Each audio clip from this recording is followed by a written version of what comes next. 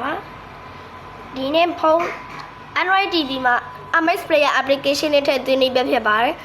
MX Player ထည့်သွင်းတော့မှဆိုရင်ကိုက Google Play Store တို့ရှိဖို့လိုပါတယ် Google Play Store ကပြီးတော့သွားပါမယ်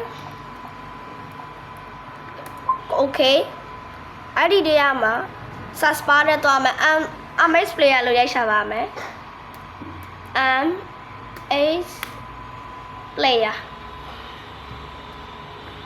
Okay ချက်နေမယ်အဲ့ဒါပြီး install ဆိုရယ်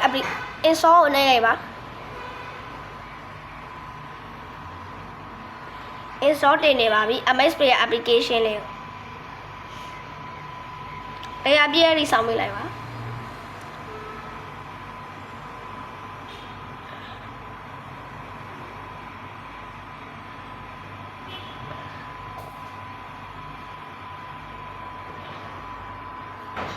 open ဆိုတဲ့ link နဲ့ပါ